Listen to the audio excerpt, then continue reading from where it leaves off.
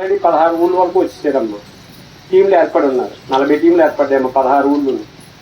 కాబట్టి మిగతా ఊరోళ్ళు వచ్చి వెళ్ళిపోవడం కదమ్మా.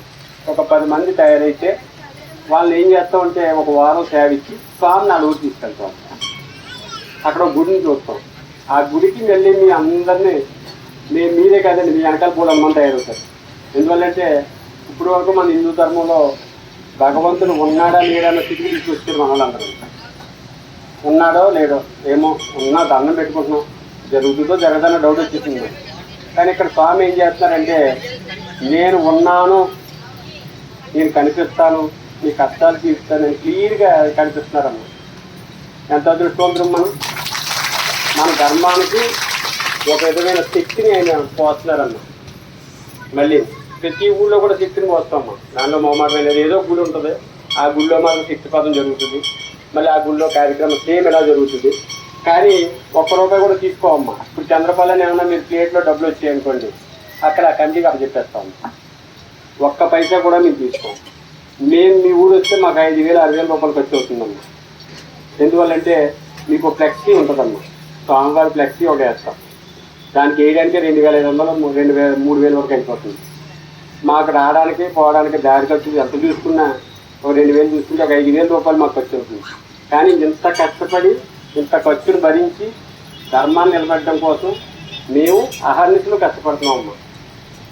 మామూలుగా కాదు. కుర్రోళ్ళందరూ కూడా ఇక్కడికి వచ్చిన సేవకులందరూ కూడా పూర్వజన్మలో స్వామివారి యొక్క అపరభక్తులు. వాళ్ళందరూ ఇక్కడ సేవ చేసుకునే వాళ్ళందరూ కూడా వాళ్ళ చచ్చిపోయే వరకు కూడా వదలలేదమ్మా స్వామి.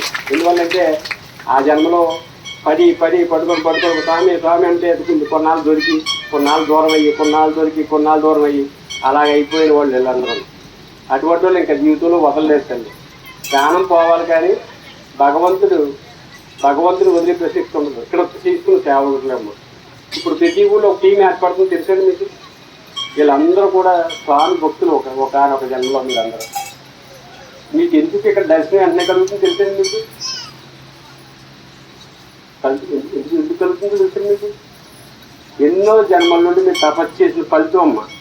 అంటే ఎలా అంటే మనం ఏదైనా కూర వండామనుకోండి, కూర వండుతాం.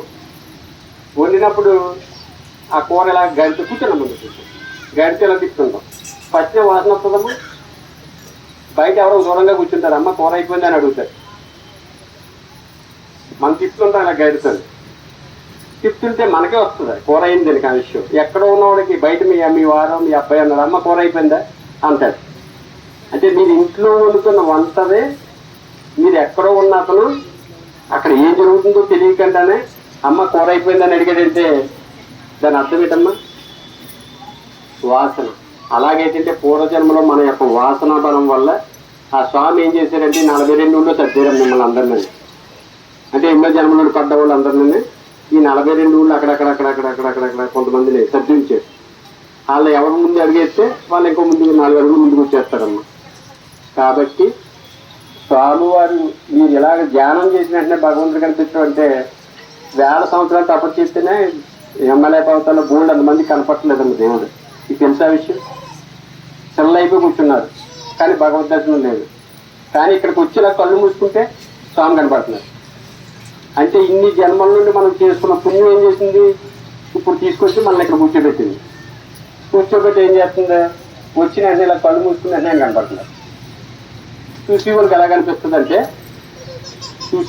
కనిపిస్తుంది అంటే ఇదేంటి నా దగ్గరకు వచ్చిన వాళ్ళు చాలా మంది చెప్తున్నాను చెప్పి చూడండి. దేవుడు కనపడతాను ఫస్ట్లో వచ్చిన వాళ్ళు చెప్పిపోను అనుకోండి, చెప్పినట్టుంది ఇది అనవసరం, ఇది దేవుడు కనపడబెట్టి అనుకునేవాడు. అలాగా 2 వారాలు 3 వారాలు 4 వారాలు వచ్చిన తర్వాత అలా దేవుడు కనపడదు.